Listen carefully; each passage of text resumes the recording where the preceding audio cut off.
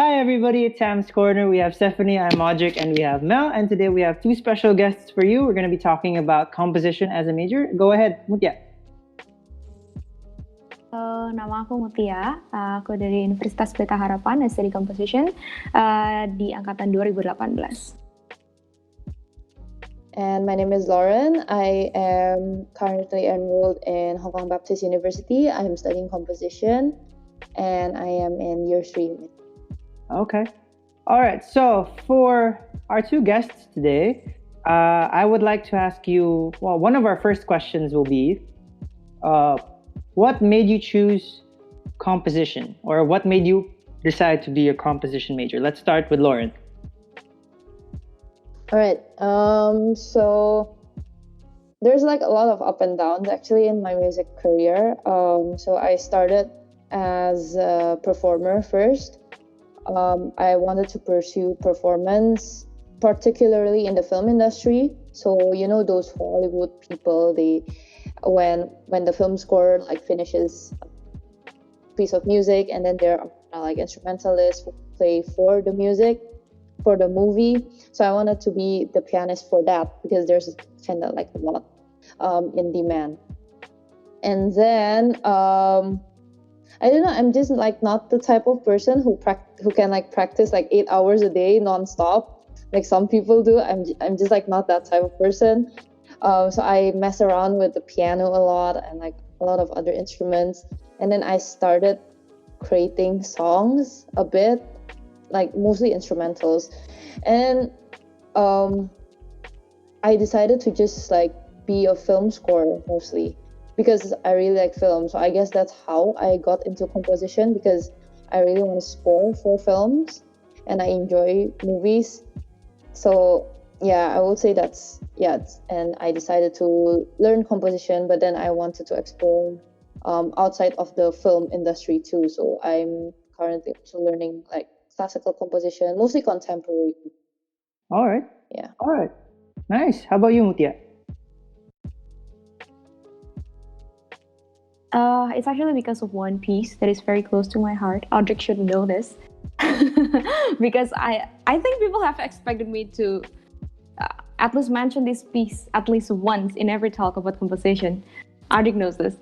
This piece is none other than Rachmaninoff's Piano Concerto No. 2. Oh my gosh.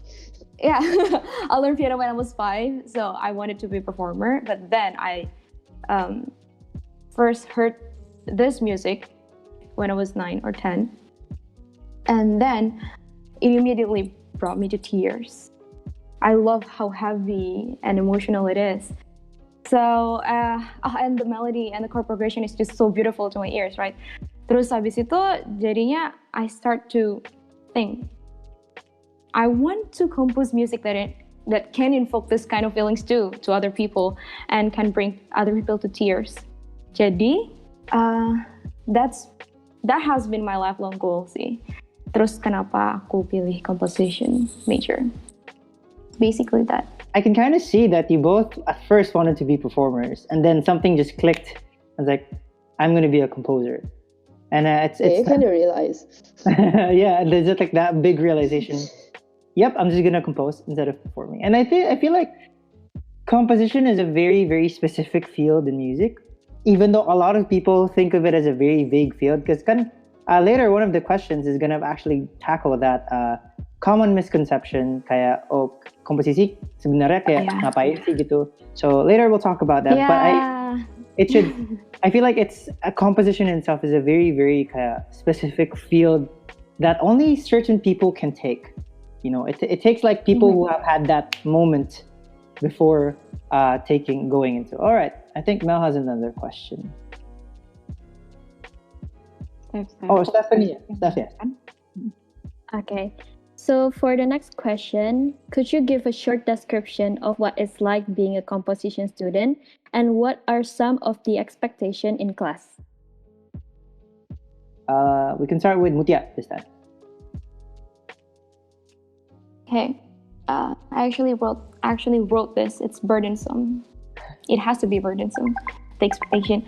Okay. Why? Because the lecturers, and some actually say it very clearly in class, that they expect us composition students to be ahead of the others, because there are so many materials that we have to know, that we have to learn. Terus, if we don't have at least the basics, it's going to be a rough road ahead, because it's going to be a fast progression from then on gitu. Terus habis itu, there are a lot of things that composition students need to know, kayak history, theory, terus habis itu philosophy. If you think of it, it's actually like any of the majors, tapi we actually have to apply them all. We don't only learn, but we have to put it in practice. We have to apply them all in our composition, and we are expected to have at least one composition in the first half of the first semester. And it's impossible to apply only what we've learned in those lessons in the first half of the first semester, right? So the lecturers expect us to know more before we actually got into the university, and also, or they expect us to do a lot of research for music. Itu sih. And for the composition itself, this is actually something that most people actually don't realize, like myself back then. In university, composition students are not composing music like for music film. Most people think like this, right? Or pop songs, because we are expected to compose music, art music, in the modern days, like contemporary, in which most of them are reserved to the trained ears of musicians that play and listen to these kinds of art music too. Itu sih. Jadi, like, there you go. Okay. All right, Lauren, what about you? I feel like Meutia and I can be best friends after this, because I totally understand whatever she said just now. Good. So it's true. I mean, music is something that it's free, and there's no like composition police. It's like, oh, you can't do that. You can't put a perfect fifth or something like that. There's no such thing. Which I think, especially for classical composers, or people like me, pop people especially would go like, oh my gosh, you guys are composing rules. No. Yes, it requires a lot of research. It requires a lot of theory and everything. We are expected to have a lot of theory and everything, but that doesn't restrain us in a way. Yeah. It doesn't restrain us, like you can only compose this. Of course, if you're talking about class expectations, then they expect you to, for example, like my teacher just recently gave me this set of rules, like you compose only using these pitches that we gave you, but whatever music, because my music, a lot of people tend to say that my music sounds a lot like film music. But whatever I do with those pitches, it will sound like me. Like when you hear it, you will know that it sounds like me, but at least I reach the class expectations. They don't expect you to create something that the teacher like, unless it's, and then you have to kind of follow whatever they want, or the teacher is very narrow-minded. But it barely happens that way, maybe one or two. Yeah. And just now, you also mentioned something about contemporary music, which is something, yes, in the academia world of music, you have to compose art music mostly, because it's kind of like, I wouldn't say the basic, but it's more, I don't know what's the proper way to describe it without offending people who actually enjoy that music. But it's kind of like the standard, I would say. Yeah. It's like, yeah, because by learning those techniques, you can actually discover more and have an open mind. But yeah, I guess if you want to say like, what are the expectations in class being a composition student, I guess then contemporary music is kind of like the standard. But then that doesn't mean I personally break all the rules. Wherever my teacher say I would like, break it.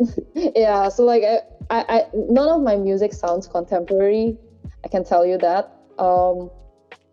But yeah, as long as I follow the techniques that maybe they teach us, or they tell us like, oh, you should try composing with this, like without bar lines, for example. So yeah. All right. So you're expected to know the rules so that you know how to break the rules without really Yes. without really being Exactly. wrong. You know. Yeah. So Yeah, exactly. Dang, I feel like that's just a very, very complex matter to tackle, because like music in itself is already subjective, and then you put in the It's whole, very abstract too. yeah, and then you put in the whole concept of creating music. But then you have, I'm pretty sure every one of us, we've all had that one teacher who's very like narrow-minded and like, oh, it has to sound like this, or it has to be like this. I have one. Oh my god, I cannot mention it here. Okay. I'm having one right now. So. Oh my god, I should just zip it. I feel like we will all have that, and to all the future composition students, you will all have that one professor who's just gonna be like, it has to sound like this. So I feel like that's something that you have to learn how to go. Kayak yang penting lulus gitu, yang penting bisa apa, yang benar. Gitu ya udah. Exactly. Kerjain aja. Padahal that's true. That's not. You don't feel like it's your music. You feel like it's him telling you how to do your music gitu. So yeah. I actually got a really bad mark for one of my teacher's class. He was very narrow-minded, and I got a bad mark because I just cannot produce what he wants, you know. Like, because I hate it. I hate how it sounds. And so you're telling me to create something that I hate, which is like not possible. So yeah, I have teachers like that. I feel like that's everyone will have a teacher, no matter what university you're going to be in. I'm pretty sure in every university there's going to be that one teacher who forces you to sound like him. At least one. Yeah, him or her. Yeah. It's going to be like that. And then you, at the end of the day, it's always going to be like, but it's not the sound I want, you know? There's always going to be that. Yeah. So, all right, before we delve into this too much, let's move on to the next question. Mel? Yeah, for the next question, could you guys give some examples of the classes that you have to take being in that specific major? Like, what classes did you take as a composition? Okay, let's start with Lauren this time. I take a lot. I'm minoring into other stuff, so I'm minoring at film studies, not filmmaking, yeah, film studies, yeah. And French, so I took those classes out of interest. Kalau yang music composition, I'm taking like orchestration, which is like how you arrange the orchestra, and I'm taking like I don't take theory anymore because I'm done with that. Finally. I'm taking music technology and electroacoustic music. Actually, no, not music technology, electroacoustic music. And for those of you who don't know what electroacoustic music is, it's basically, it's not EDM, but it's like electronic and real instruments kind of thing. So for now, I'm like doing coding. I'm doing coding to create music, which is like really difficult. Yeah, that's what I had to take. Because there's no such thing as a film score. I mean, there is a film score course, you know, but I don't really want to take it because for me personally, film scoring is not something that you kind of learn theoretically. It's more something that you learn through experience, in my opinion. Okay. So that's why I don't take any film scoring courses. For me, it's just like, as long I experience it a lot, and yeah, like through creating, all right, through scoring for animation stuff. Okay, all right, that's great. How about you, Meutia? Kayak gini. More or less the same. Misalnya kayak kasih kelas-kelas yang hanya anak komposisi yang ambil, misalnya gitu, like, or exclusively. Only research for like electronic music. We also take electronic music, but it's not electroacoustic. I don't know if it's any different, but I think there's a slightly difference in them. I'm just it's just electronic music. Like EDM? Or... No. Just same. But we use coding too. We use pure data but we've never tried with any acoustic instruments though. We literally only use our laptop. Terus habis itu we also have advanced Formant Analysis. I think we have two advanced Formant Analysis. The first one is for late 19th century, and the second one is reserved only for the composition students. It's for the 20th century music, so for contemporary, starting from Schoenberg. Terus habis itu we also have something called, and I wrote it, Composers Symposium, atau wait, what is it called in Indonesian? Lokal karya. Yes, lokal karya.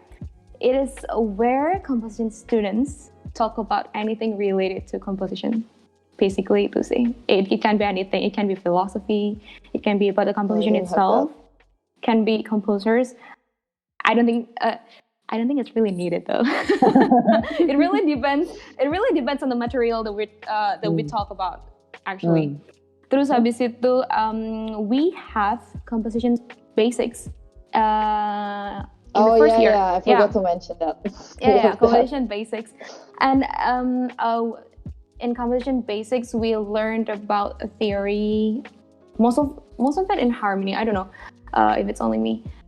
Theory and harmony, and then also in forms, like what they call this very basics. It's actually very ahead of the others. Jadi kayak, let's say what we learned in the first year is like level 1 and 2. Terus what we learned in composition basics itu kayak level 5 and 6 maybe. It's like very ahead of the others, and it was really like I couldn't take it. Okay, basically itu sih. Wow. Yeah. I know very little about composition because I only know because of Meutia, and I'm only familiar with the forms and analysis, lokal karya, and I guess lokal karya as a class there are pluses and minuses. Like there I feel like there will be some parts where it's helpful, but at the end of the day, other people aren't working on your composition. You're working on your composition. So like other people putting in their opinion might just be a distraction, or sometimes an unnecessary piece of information that might just be flung around. But I feel like there are also moments where it might help. So I mean, it's a pretty cool class. Pretty cool class. It's okay. It's we can live with having lokal karya. So theory, just for in general, every college conservatory of music kid will get theory classes, but Formant Analysis, pasti. Actually, did classical kids get Formant Analysis? Because jazz kids we didn't get any Formant Analysis. Kalau anak klasik gimana? Nggak ada? We do. Oh. For my uni we do. So like there's like in my second year,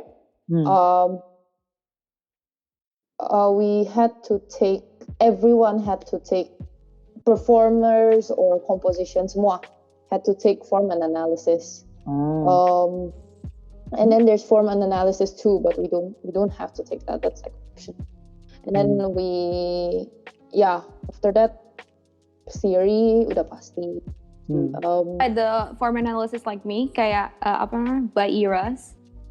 Okay, so the Formant Analysis for in UPH itu dipisah per era. Yeah, we're divided by eras, like late 19th century and 20th century. Do you do that too? Or it's like basically just no? No, my teacher just like put everything together. Oh, okay, that's Tapi interesting. Kayak he did it in chronological order gitu. Tapi he did it in a very interesting way juga. So for him, it's like it's pretty light lah. Maksudnya for composition students at least, it's pretty like. Tapi kalau for performance, I don't know. It kind of depends on the itu sih. Waktu itu sih my content is quite okay. It's light. It's interesting lah. What was it? I want to know what other people are analyzing. Well, of course, the normal sonata form, pasti. Who doesn't analyze sonata? we analyzed. I don't know. He analyzed quite interesting stuff like leader. You know, leader. Oh, leader, yeah, lead. leader. Mm-hmm. Yeah, we analyzed leads. Actually, for our final project, it's quite interesting. He said like you can pick either an essay or compose, like recompose one of Schubert's leads, because he wants to make it like equal for like performance students and composition students. So of course, the composition students, they would. I didn't pick the essay. Like I definitely I'm gonna compose. I'm recomposing that Schubert lead, which I did. So I composed for the final project, and yeah, it's just changing the Schubert's lead. It's not. It's okay. Like that. All right. I'm not real composition students then, because I would choose essay over composing. No, I would choose essay. I like essays, but I don't like essays. I'm crazy. I feel like Ivy made you hate essays, Lauren. I feel sick of essays. But I mean, I can bullshit and essays like pretty easily. Yeah. But if I have the option to avoid it, I would avoid it. I would prefer, because I bullshit a lot. So. Yeah, it's fair. I feel like everyone does that. You know, at one point there's probably going to be like a paragraph or 2 paragraphs where it's just like, okay, I'll just make up some random stuff for the word. Yeah. All right. So well, yeah. Wow. I really don't know much, but I'm glad to finally hear about what you guys do, and I'm pretty sure it's really glad. I'm really happy to have like Lauren here, because like it's kind of interesting how other universities or how other composition students or how other music students in other universities just, you know, interact and what their classes are like. So it's really nice to know about that. And then I think Mel has another question. Yeah, was it? Yeah. So tell us more about what are the challenges you have faced throughout the past 3 years. Let's start with Meutia this time. What are the challenges that you've had to face as a composition student the past 3 years you've been in college? The expectations, of course, and also finding my own musical language. That's also hard. That's everyone's problem. Yeah, I know, right? Like both the expectations and finding our own musical languages. So I thought I found my own style back then, like way back then. But after learning so many new things, I started to question my previous musical language. It's also hard to express things that we want when it's different to what is expected. That's what happened to me. So I tried to merge them, but it's still hard nonetheless. And of course, time management. Did you take IB? Did you take IB? Oh no. It's like if you take IB.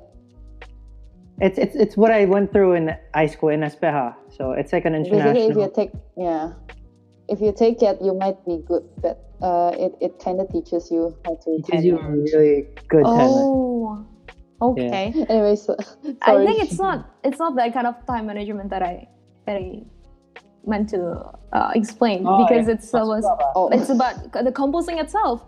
No, I mean composing is not something that we can do every single day. Like we want that to happen, but it's literally impossible. Ideas don't come out most of the days when I need them to come out. You know, I think Lauren would know. That happens pretty often to me. There are day offs. Sometimes they're shorts, but most of them are very long.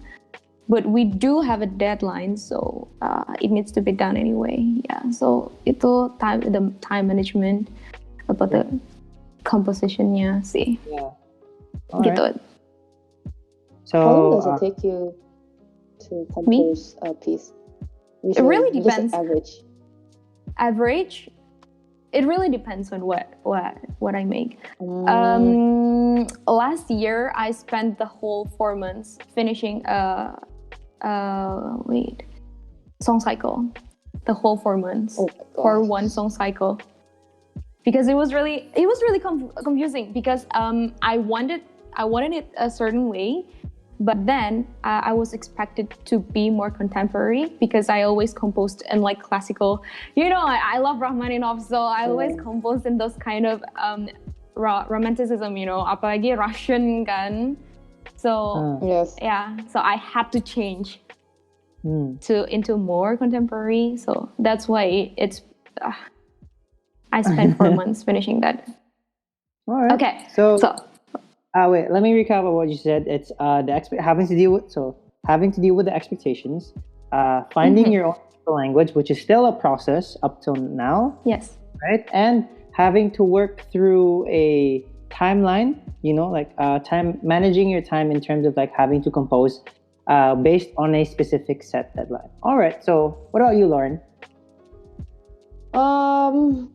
For me, just in composition, my challenges, finding my own sound is a challenge. I think I will have until I die as a composer. That's like a lifetime challenge. I don't think you will ever find it. Like you will kind of have an idea of it, not fully. And then timeline is not actually a problem for me because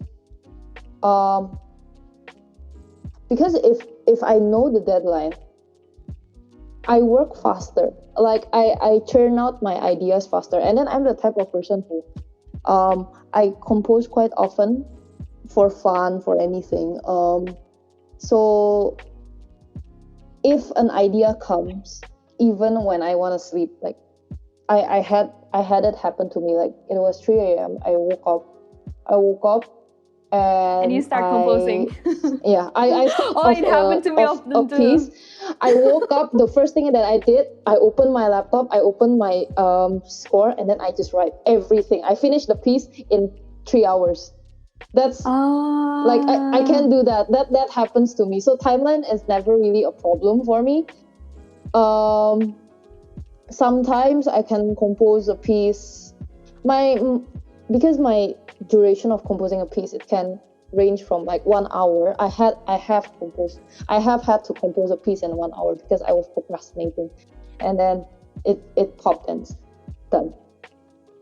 Until maybe I've never had anything longer than 5 months. Right now, the biggest piece that I'm working on is a orchestra. So that had to take that quite long because I wasn't feeling like it. So I guess that's my challenge sometimes. That's the thing, when you're not feeling like it, right? That's what happens with my it's soul annoying. cycle. Yeah, right? When you're not feeling like it, like it's not you, and then it took longer. But when you're like, I finished this piano and orchestra thing. It's like a one movement piano concerto. I finished it in 2 months because it was a very Russian. Sometimes it's because it was very Russian composers gitu. Jadinya it's very my style, so I finished very quickly. Jadi gitu deh. So I guess the main challenge is just finding sound, honestly, and for me it's also being open-minded. Because again, contemporary music until today, I don't like it. Like I just don't like it. I cannot like it. I feel like an outsider sometimes kalau sama teman-teman gua karena mereka kan pada suka tuh like contemporary music. Then I just cannot bring myself to like it. So it's quite a challenge for me. It's not that I hate it. I just cannot enjoy it or see it the same way that they see it. Gitu. So that's a challenge. And I think that falls into the relativity of music. Like every one of us, even if you take the same major, each of us has our own preferences and our own personal bias towards how we perceive specific styles of music, specific genres of music, and that plays a big role, especially for you guys who are in composition, because you have to learn and sometimes compose into different styles that you might not really enjoy or you might not really like. So that's like I feel like that's one of the biggest challenges after hearing from both of you, is how to fit your music or how to find your music, but at the same time have to nurut kepada kayak apa yang dikasih, apa yang dibilang sama exactly. So yeah, wow. Okay, well that falls into our next question actually, which is I think Stephanie's asking the next question, ya? Ya, kan kalian udah ceritain nih tadi kayak kalian harus kompos sesuatu yang gak sesuai yang kalian mau atau kelas-kelas yang menurut kalian tuh sulit. Nah, kira-kira ada tips or advice buat anak-anak komposisi yang lagi sedang ambil komposisi atau enggak yang mau masuk komposisi? Let's start with Lauryn.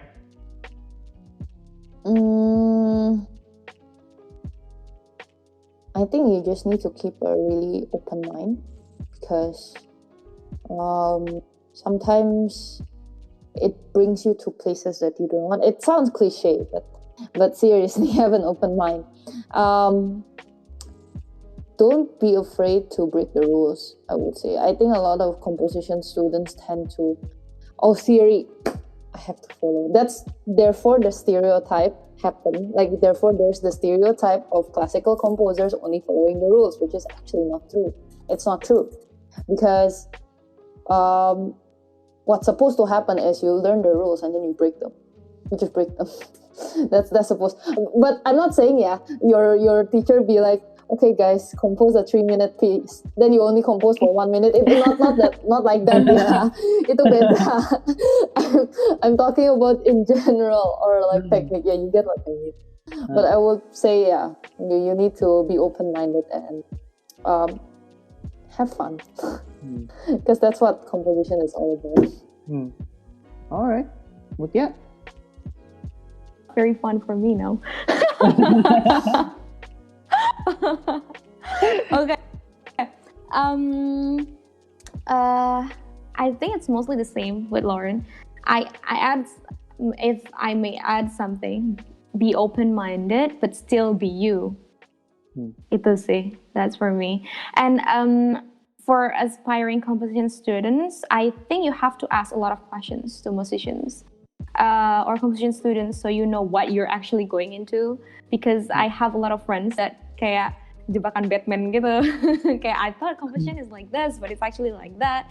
Kayak gitu loh. Jadi I don't want you to fall to this hellful pit. Okay. And also do a lot of research. For me, because I actually love doing researches for my music. Anytime you're free, you do research, like read books about music history, philosophy, theory, biography, and watch interviews. And also there are free lectures actually in YouTube too that you can watch. It's actually really fun. And listen to a lot of music with a wide range of styles because there are a lot. And analyze all of them and really learn about them, find what you like and find what you might need later. That's for me. See, it's mostly because it's what I do. I do a lot of research. All right. Basically, I basically like it. Jadi ya gitu deh. So I'm gonna just try to sum it up at the top of my head. Be open-minded, but still be genuine. Be genuine who you are. Have brain fart. What was it? What was the Ask second? around. Do your research. Ask around. Do your research. Do your research. Ask around. Very, very important.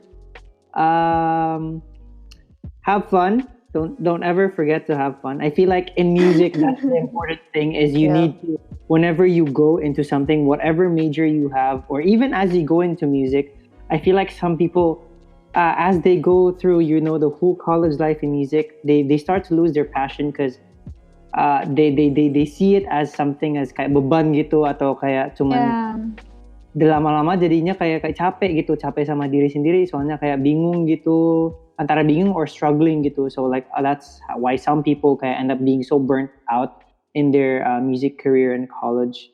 So make sure you're enjoying what you're doing so that it won't feel as much of a task or as much of a burden to you as it is. And there was another one. What am I missing? Ask a lot of questions. Yeah, ask a lot of questions. Yeah, ask a lot. Ask around. ask around. Definitely. Yeah, I feel like that's it. Yeah, or am I missing something, guys? No. All right. No. All right. Thank you. All right. So this is kind of like a bonus question for both of you. Well, you kind of already answered this, but let's move on to more of a more personal kind of thing. What characteristics or values do you think make a good composer? Like, what would a composer need? What characteristics or values or personalities or principles would a good composer need? Let's start with Meutia. I do think knowledge and flexibility, because composers need to know many things and able to adapt. And you also need passion, like a lot of passion, because you're going to go through a lot of different things. You're going to meet a lot of new different styles. You need to be passionate to go through all of that. Gitu sih. All right. And also be true to yourself while maintaining a specific level to your composition. I think that's a needed. That's a need. Maintaining a specific level of composition. All right. Thank you. Lauryn? I think you have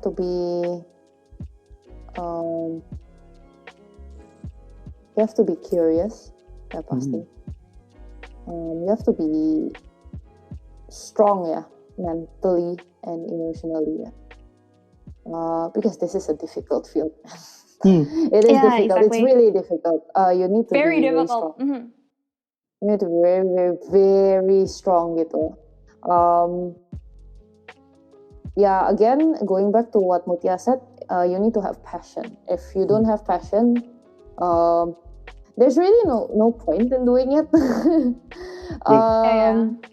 So you need passion. Yeah, I would say be a composer who is passionate and curious. Yeah, passion plays a big role. As I said tadi juga, it's something that will help you keep going. You know, through times. I feel like through tough times, because even in my field, in therapy, I'm pretty sure if I didn't have a passion for my field, I'd probably have wanted to quit a long time ago. You know, so it's definitely a key factor in the music field, because if you don't have it, you're gonna just run out of it quickly and want to quit the next semester or the next year. So have passion, be curious, and be genuine. Don't be afraid to be genuine. So those are the three main things that I caught. All right, so now we're gonna move on to the questions from the Instagram poll that we did. Who wants to read them, Mel or Stephanie? Ito. Mel. Maybe the first question is in general ya. Komposisi itu belajar apa aja sih? Kayak kan tadi udah disebutin beberapa gitu kan, tapi kayak apa sih yang dipelajarin gitu? Okay, so maybe give a more kayak misalnya kan kalian kan ada specific courses kan for composition students. Maybe talk about one class that is for composition students and just talk about it for a while gitu. Let's start with Lauryn this time. Ya, tadi we talked about Formant Analysis. Itu something yang quite common ya. Formant Analysis. It's like kind of more of an advanced theory because you're talking more about structure. So I think yang paling just specific composition is what Meutia and I have, which is electronic music, electroacoustic gitu. That's like beda-beda. You can learn about recording atau you learn about how to create music electronically with synthesizers only, analog or digital synthesizers. You don't basically creating music that you cannot replicate by playing it live. That's electroacoustic music. So we learn that specifically, the technique and the kind gitu-gitu, basically. All right, so that's great. Those are great examples. How about Meutia? Maybe rather than like going into like a specific class, I would just like to like explain what we actually learn gitu loh. Kayak like I said, we don't actually learn about music film in specific. Karena kiblat kita tuh contemporary music kan. So you'll learn a lot about like let's give a like indeterminacy. Let's say indeterminacy itu kayak you make a music, but it's chance music. Well, yeah, the title is self-explanatory. It's indeterminacy. You can do anything. So basically, the performer is the composer. So we have two composers. So the composers decide something, but it's actually indeterminate. So the performers have to compose it again on stage. Itu misal kayak gitu. That's one example. And also we learn about something like, of course, integral serialism, which is very hard.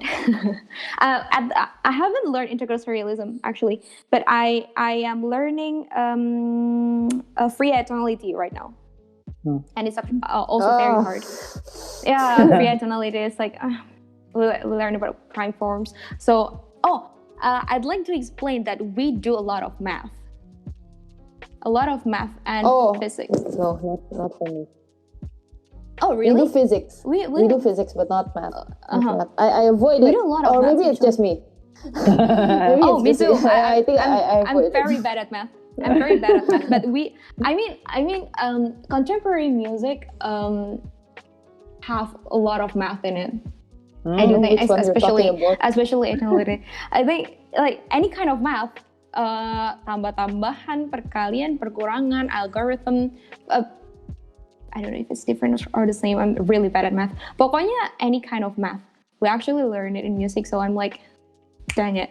I actually learn music, so I don't learn about math. Tapi sekarang kita belajar tentang math juga, like, okay. Jadi itu sih. Jadi I just want to stress out that kita nggak, we don't talk about like songwriting, you know, like composing music with lyrics, itu nggak kayak gitu. And also, we do vocal music too, but it's mostly contemporary. And we have like classical basics, like for example, we have to do something like song cycle or like a lead, itu pokoknya kayak gitu, or like cabaret or things kayak gitu sih. Tapi I think you punya agak beda deh, because really? I do have songwriting. Really? Like what kind of songwriting? Well, because I'm in Hong Kong, so it's Cantonese songwriting. So like it's ada basically pop kan ada. Pop? Oh, really? We don't have that at all. So no, but it's not exactly the composition major. Dia jadi kayak dibagi dua gitu.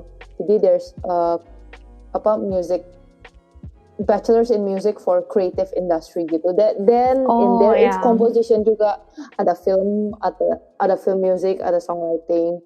Tapi it's quite of a new faculty, tapi ada kita. Tapi ya basic gitulah. And kadang ada special topics. Kalau for me, I did game music, so we kind of have those stuff. Yeah, I think it depends uni per uni, but the overall is kayak yang Meutia ngomong sih tadi. Like the overall biasa semua uni like for composition. Yeah. If you say composition, yang mereka pikir adalah contemporary. Unless you go to like Berkeley and then you chose film scoring, itu dah, it's a different kind of way, different kind of thing. Kayak gitu sih. Pokoknya kalau composition, it's definitely contemporary. All right. Yes. Okay, our second question, Stephanie, what is it? Jadi ada yang nanya di poll. Komposisi tuh sama kayak produser lagu kak? Alright. Siapa yang mau jawab dulu? Lauryn atau Meutia? Meutia. Okay, this is why we need to do this, guys. Okay, we have to actually explain to them that what they expect of composition students are not that. I mean, we do some kind of what is it? Music production and stuff. Yeah, produser rekaman, produser lagu. No, I mean, we kind of talk about that in Lokakarya in Composer Symposium in some way, tapi not specific. It's just kita kayak cuma talk about kayak what's going on in the market right now. Terus habis itu like a little bit of the recording side, but we don't actually delve into it. Jadi kayak it's not that literally. Basically, most of the things that we learn itu in theory maybe lebih ke teoretikalnya kalau di komposisi. Jadi ya gitu deh. We don't learn about music production. It has its own major. Pokoknya beda komposisi sama produksi itu beda, kayak dua hal yang beda. Very different. Totally opposite. Lauryn, do you want to add or are you good with that? I agree with Meutia, tapi then again, sebagai composition student, it's not that you cannot do producing. You don't learn about it, but again, it's mostly to your experience. I have been involved in music production. Me too.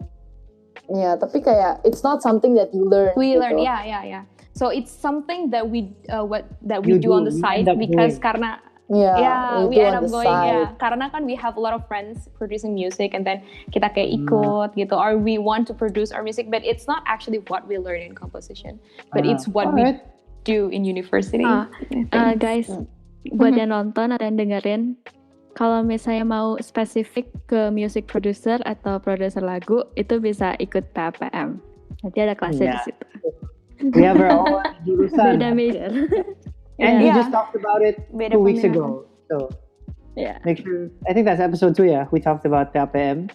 So that was an interesting conversation, you guys. So that's more towards producing and that part of the whole music industry. Pokoknya composition and producing are two different things, although composers can be either the one in charge of the production or help produce. They overlap lah. Yeah, ada bagian overlap. Okay, so now for the third question, dunia kerjanya nanti gimana? That's a really big question. Yeah, that's a really loaded question. Let's start with Lauryn. There's a lot of things in music. Again, if I use the example of producing and composing, because in music, this is why I took music juga, one of the reasons. It's overlap. Like a lot of people don't know that. And a lot of people pikir kayak, when you music, you pasti lesin doang. Like that. No. You can like not only lesson, So a lot of people do master class while conducting, while performing, while gitu. Jadi your occupation can be like 5 at once gitu. Like for now, I am currently composing as a student. I am also composing for commissions. I am also scoring. Itu udah beda lagi gitu. And then I'm also producing, which is like 1, 2, 3, 4 plus collaborative pianist. So I have 5 occupations, you can say. Jadi, if in the future, as a composer, I feel like composers are more versatile. Sorry, my performing friends, but I am sorry. I feel like composers are more versatile, especially composers who still practice their instruments. Kayak, like I masih practice my piano, so I do a lot of accompaniment work. And I do a lot of not solo exactly, tapi chamber music juga. Jadi, for future, if you're a composer, it's literally like open. Like you can be whatever you want as long as you like it. If you like music producing in the pop industry, sure, why not? If you like being, you can even be a sound engineer. So, if you like being a sound engineer, there's a lot of composers who do that. If you like doing, misalnya in my case, I like film scoring, so I do film scoring. Or you like conducting. A lot of composers learn how to conduct. Too. So they compose and then they conduct gitu. So the options are really endless. And endless. Then, in scoring pun, misalnya scoring, there's a lot. There's commercial, there's film, there's animation. Which one? Terus kayak in sound, there's a lot too. There's radio, there is banyak deh. Pokoknya there's just so much things that you can do at once gitu. And kayak, for example, if you bilang, oh no, I just want to compose. I just want to compose gitu misalnya. Oh, you can do commissions. You can compose for, biasanya orang commercial ya. Like there's a lot commercial. There's also video game composition. Itu baru creative industry loh. Movies, video games gitu. Where we haven't talked about classical composition. Yeah. Which is also a lot. Karena kadang a lot of orchestras gitu. Orchestrals and choir. Yeah, they do commission. Can you compose something for our choir, for us? yeah. They will ask a lot gitu. And then if you're good and kayak they like your music, they enjoy it, they'll ask you for more gitu. So there's really a lot. We can go on for hours just talking about the different like prospects, because there's just so much. I would say that. All right. Meutia, anything? It's the same. Oh, no, it covers it all. All right. So basically, we can do anything. We basically can do anything, to be honest. Tapi it really depends on the person. What do you like the most? Like if you really want to just do composing, you have to know what you want to compose. Sometimes ada yang spesifik kayak apa namanya, you just want to do this one composition, this one kind of compositions. Ada juga yang literally you can ask for anything. Kayak gitu juga bisa. Jadi kayak really depends. Or you can teach, lesson, ngeles. Itu juga bisa. Really anything. Kalau I lebih di bagian, I would say I'm more in the creative industry side. Maksudnya I do more of the media gitu, anything with visuals. But then like I focus a lot on that area gitu, not just film, like a lot gitu. I would say you can pretty much do anything. Just some people are better at some stuff, or some people want to be better or want to focus at some stuff gitu. Yeah, that makes sense. I mean, Meutia also does more than just composing. She performs, she accompanies, she does chamber too. So I feel like it's a very, very, people who take composition are very, very versatile in what they can do and where they can work and how they can work because of the different skills that they develop and take in. So jadinya tuh, I feel like some people kalau misalnya nggak ya udah, we're not just gonna leave it strictly to composition ya. Kalau misalnya ada musik gitu, lu di kuliah musik untuk apa? Cuman mau ngeles gitu atau main nyanyi gitu atau main-main kan? Oh my gosh, so sad. I hate that. Right? I hate that. I hear that a lot. Like I feel like that's a very, very common thing to say to like a lot of fresh music students. Apalagi especially from the old Asian people who want you to be either a doctor, an engineer, or a lawyer. Oh, thank God my parents aren't like that. My parents are not like that. My dad is a violinist and my mom used to be a dancer, so we're basically an art family. My whole my two sisters also learn piano.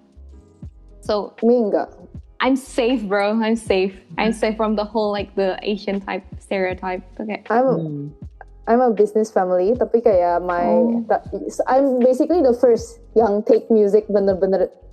I want this for my life, gitu. My sister, she's more like, she's also the first to be like, I want journalism for my life. Tapi my family to business, gitu. So, it's that cultural expectation of like music is just either kamu ngelesin atau kamu nyanyi-nyanyi atau main tampil-tampil. Padahal it's a lot more than that. I mean di UPH aja there are a lot of different jurusan gitu. You can get into different fields. So I feel like that should be that stigma should be gone.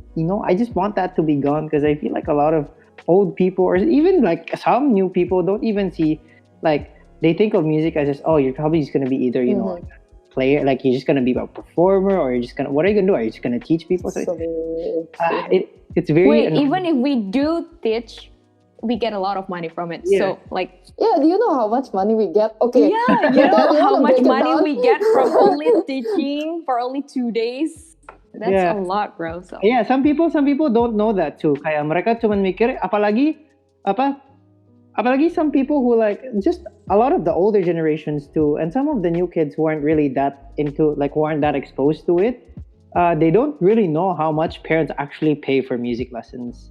And like, oh my God. I know how much parents I pay like how for. Meutia is just like, yes, Yeah, preach. my parents always talk about it. Like, there was like this. We spent billions on you, billions. So practice hard and study hard. My mom tells me that too. Like a lot of kids don't know how much your parents spend for your music lessons. Some people even take music lessons for advantage gitu. Kayak mereka cuma ambil gara-gara dipaksa. Padahal mereka nggak tahu, udah berapa jutaan supaya dapat les piano aja sama dosen.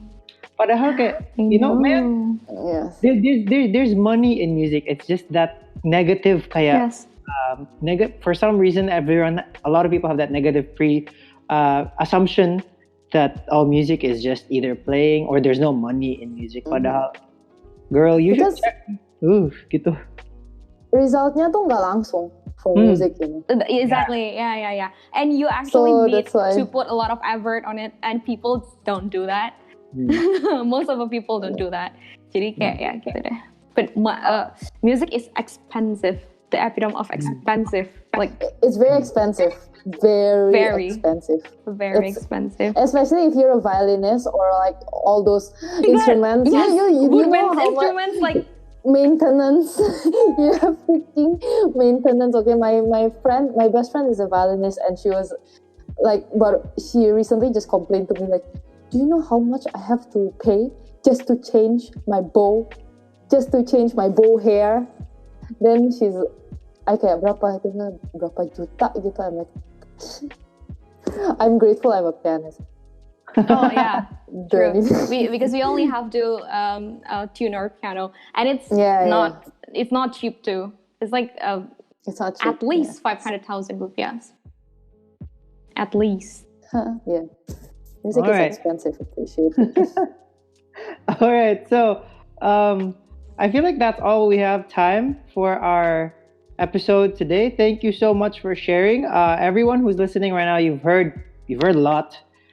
There's a lot to digest. There's a lot to think about, especially if you want to get into composition. And even in the middle, let's say, in the middle of your journey, okay, maybe composition's not for me. You have time to change, if you have the ability and the monetary value to change, or sometimes, you're put in that spot where you feel like you have no other option, tapi lanjutin aja. Padahal, there is a way to change gitu. Because I know it's exhausting. It's bakal exhausting no matter what peminatan you're in, no matter what major you're in. But it's your passion for something that will make up for that exhaustion. And if you think whatever you're in is not your passion, then you really have to change, or else you won't enjoy it. You lose the whole fun of being in a music school or being in that major. All right, so thank you so much for our guests for coming tonight. You can watch or you can listen to the episode. It's going to be up this Friday. So thank you so much and have a good week, everybody. Bye-bye. Thank you. Bye. Thank you. Bye.